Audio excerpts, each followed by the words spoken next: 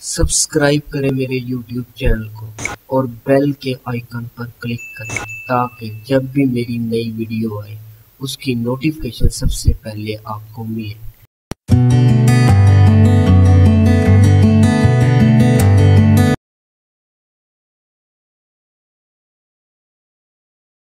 अस्सलाम वालेकुम फ्रेंड्स, आप कैसे हैं? उम्मीद है सब ठीक होंगे और अल्लाह ताला आपको हमेशा इसी तरह खुशोबाद रखे। हमने पहले दो टॉपिक पढ़ चुके हैं, हिस्ट्री ऑफ इकोनॉमिक्स वर्ड और what is the economics. History of economics word में हमने ये देखा था कि इकोनॉमिक्स वर्ड कहाँ से आया, उसके पीछे हिस्ट्री क्या है। इसमें जो टॉपिक थ्रू था हमने उसमें ये देखे था, एडम स्मिथ स्कॉटलैंड के इकोनॉमिस्ट रहने वाले जिन्होंने 1776 में अपनी बुक में इकोनॉमिक्स को डिफाइन किया था कि इकोनॉमिक्स में हम पैदाइश दौलत, सरफ़ दौलत, तकसीम दौलत, तबादला दौलत पर बहस करते हैं। इनके कुछ इकोनॉमिस्ट थे जिन्होंने इनकी डेफिनेशन को सपोर्ट किया था, जिनमें माल्थस, रिकार्डो, JFB वाकर अमेरिकन मीशतदान थे। ये तीन साइंटिस्ट इकोनॉमिस्ट थे जिन्होंने इनकी डेफिनेशन को सपोर्ट किया था। लेकिन एडम स्मिथ और इनके पैरोकार की डेफिनेशन पर कुछ एतराज़ात किए गए नो क्लासिकल इकोनॉमिस्ट ने। उन्होंने इन्हें दौलत का इल्म और शैतानी इल्म करार दिया। आज जो हमारा टॉपिक है उसमें हम ये देखेंगे कि नो क्लासिकल इकोनॉमिस्ट कौन थे और उन्होंने डेफिनेशन अपनी क्या बयान की। नो क्लासिकल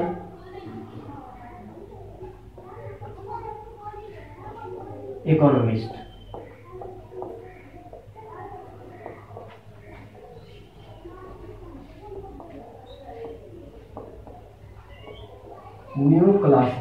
न्यू क्लासिकल मकतबे फिक्र। न्यू क्लासिकल इकोनॉमिस्ट में एक मशहूर इकोनॉमिस्ट अल्फ्रेड मार्शल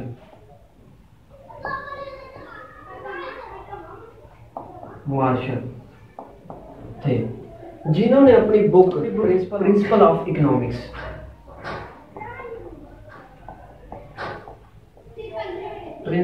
इकोनॉमिक्स इनकी बुक थी। उस बुक में इकोनॉमिक्स को इस तरह डिफाइन किया कि इकोनॉमिक्स में इंसानी पहलू को डिफाइन किया जाता है, यानी इंसान अपनी इनफरादी और इज्तमाही तौर पर अशिया में या दूसरी कंपनी वगैरह में किस तरह हिस्सा लेता है, यानी अकेला और इकट्ठा इज्तमाही तौर पर जो इकोनॉमिक सरगर्मियाँ उनमें किस तरह हिस्सा लेता है, और इंसान अपनी ख्वाहिशात किस तरह हासिल करता है और उस पर किस तरह खर्च करता है। क्योंकि अल्फ्रेड मार्शल ने इकोनॉमिक्स को मादी खुशहाली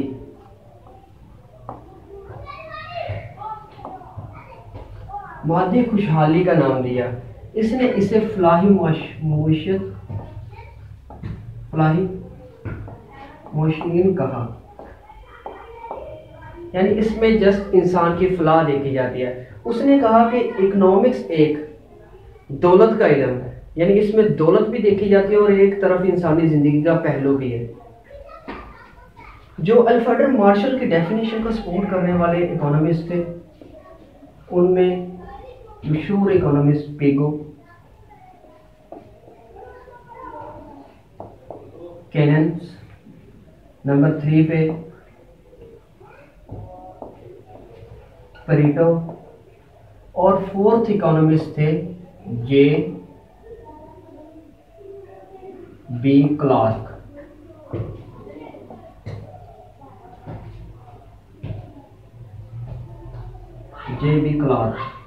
इकोनॉमिस्ट थे। ये 4 इकोनॉमिस्ट थे जिन्होंने इनकी डेफिनेशन को सपोर्ट किया। यहाँ पर इसके बाद new London school of thought आए प्रोफेसर रॉबर्ट्स ने कहा कि अल्फ्रेड मार्शल ने जो इकोनॉमिक्स की डेफिनेशन बयान की है, जस्ट उसमें इंसानी रवैयों को बयान किया है, यानी इंसान के बारे में बयान किया है। जो इकोनॉमी है उसके बारे में कुछ नहीं बयान किया। प्रोफेसर रॉबर्ट्स ने अपनी बुक, पहले प्रोफेसर रॉबर्ट्स जिन्होंने अल्फ्रेड मार्शल की डेफिनेशन पर तनकीद की, उन्होंने अपनी बुक इल्म मुआशियात की नोयत व अहमियत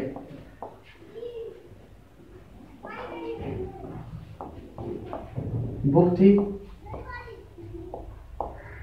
जो उन्होंने 1932 में लिखी। इस बुक में उन्होंने एक्सप्लेन किया, यानी अल्फ्रेड मार्शल की डेफिनेशन के ऊपर तनकीद करते हुए उन्होंने 4 पॉइंट यानी इंसान के मकासद जो है ना, यानी मकासद से मुराद ख्वाहिशात बेशुमार है, ख्वाहिशात बेशुमार है।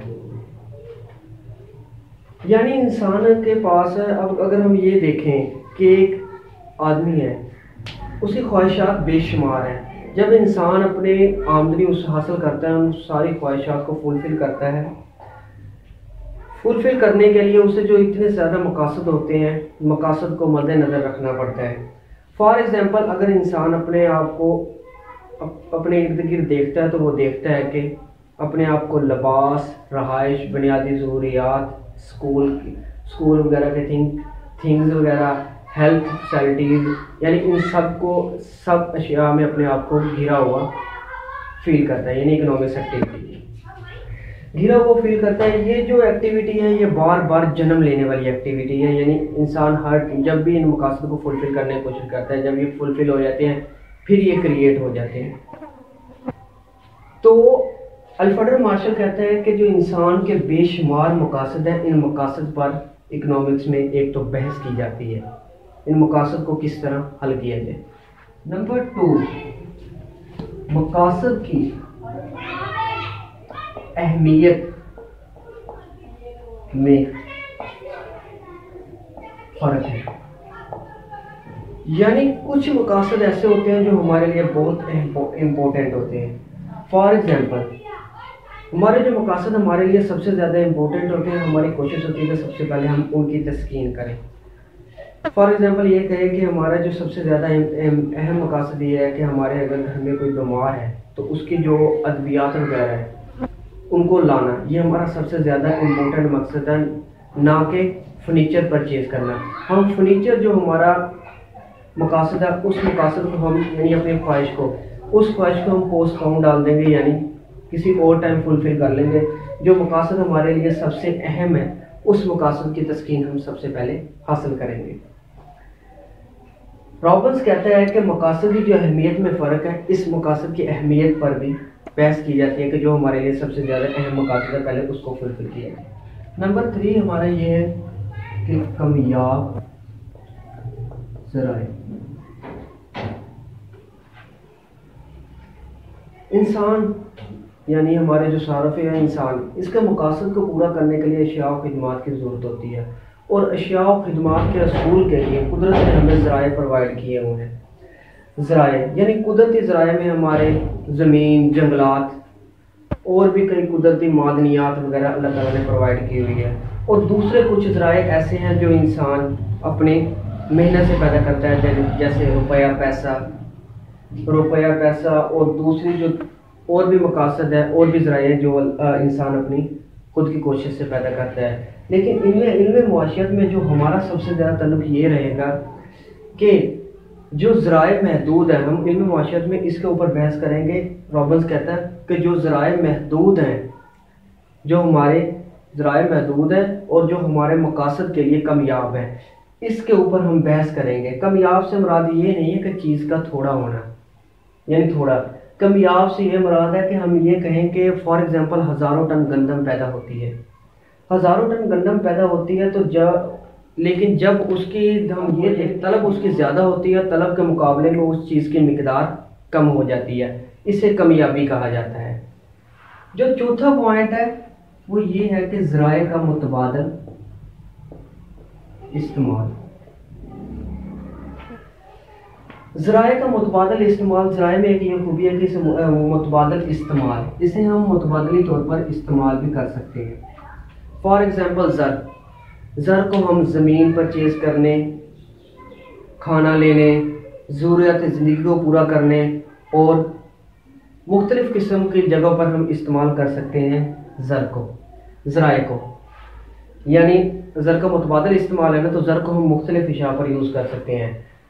और अगर हम ये देखें कि ज़मीन को हम गंदम के लिए यूज़ कर सकते हैं, कपास के लिए यूज़ कर सकते हैं। वो एक ज़मीन ज़राए है ना, ज़राए को यानी गंदम, कपास और फसलें वगैरह बीजने के लिए हम उसको यूज़ करते हैं। इसलिए हम इकोनॉमिक्स में ये चीज़ भी देखते हैं कि ज़राए का जो मुतबादिल इस्तेमाल है कि ज़राए हम जो अब एक जो ज़राए है यानी ज़मीन के ऊपर अगर हमने एक फसल बीज दिया है, उसे बो दिया है, उसके बाद हम दूसरी फसल नहीं बो सकते, उसे दूसरे इस्तेमाल में यानी नहीं ला सकते।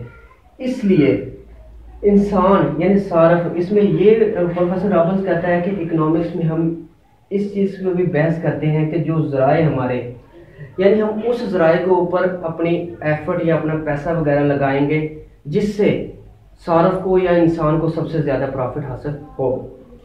प्रोफेसर रॉबिन्स कहते हैं कि जो इकोनॉमिक्स है ना, इकोनॉमिक्स की डेफिनेशन इस तरह बयान करता है कि जो हमारे महदूद ज़राए हैं यानी ज़राए महदूद, इनको हम इस तरह इस्तेमाल में लाएं, यानी हमारी जो ख्वाहिशात बेशुमार है और ज़राए महदूद है, हम ज़राए को इस तरह यूज़ में लाकर अपनी ख्वाहिशात को फुलफिल करें कि जो हमारी ज़्यादा से ज़्यादा ख्वाहिशात है वो फुलफिल हो जाए।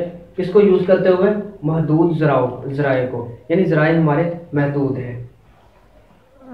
इस प्रोफेसर रॉबिन्स की डेफिनेशन जब प्रोफेसर रॉबिन्स ने एक्सप्लेन कर दी, तो प्रोफेसर रॉबिन्स की डेफिनेशन के ऊपर एक न्यू इकोनॉमिस्ट प्रोफेसर केन्स आए, जिन्होंने प्रोफेसर रॉबिन्स की डेफिनेशन के ऊपर तनकीद की। उन्होंने 1936 में अपनी एक बुक लिखी, जनरल थ्योरी ऑफ एम्प्लॉयमेंट,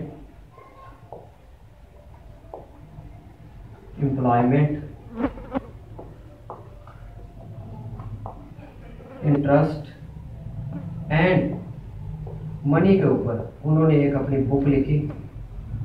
उस बुक में उन्होंने सबसे पहले कुली मुआशियात का तस्वर पेश किया, यानी मैक्रो इकोनॉमिक्स का।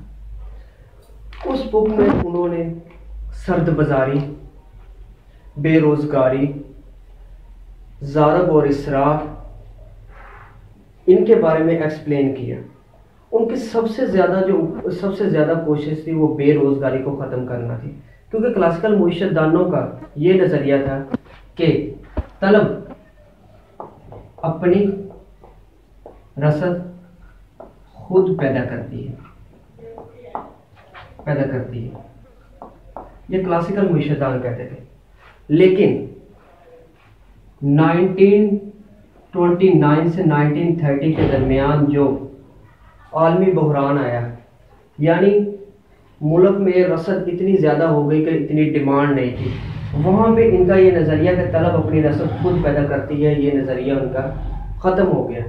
तो प्रोफेसर केन्स ने अपनी डेफिनेशन एक्सप्लेन की, यानी इकोनॉमिक्स की डेफिनेशन इस तरह की। इसके बाद जब आलमी बहरान 1929 से 1930 के दरमियान आया, उन्होंने कहा कि मुआशियात यानी इकोनॉमिक्स एक ऐसे इल्म का नाम है जिसमें कामयाब ज़राए को बुरुए कार लाकर, यानी उन्हें यूज़ करते हुए रोज़गार के मौके फराहम किए जाते हैं और कौमी पैदावार में इजाफा किया जाता है।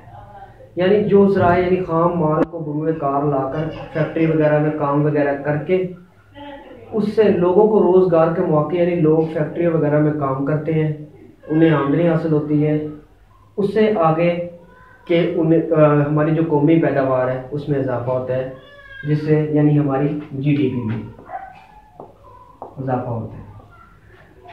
आज का हमारा टॉपिक यहाँ पे एंड होता है। इसके बाद हम नेक्स्ट टॉपिक में फर्दर जो नया टॉपिक होगा उसके ऊपर डिस्कशन करेंगे। और अल्लाह ताला आपको हमेशा खुश रखें। लेकिन मेरे चैनल को लाइक और सब्सक्राइब करना ना भूलें, ताकि और बेल के आइकन पर क्लिक लाजमी करें, ताकि मेरी जो भी नई वीडियो है उसका नोटिफिकेशन सबसे पहले आपको मिले। अल्लाह हाफिज़।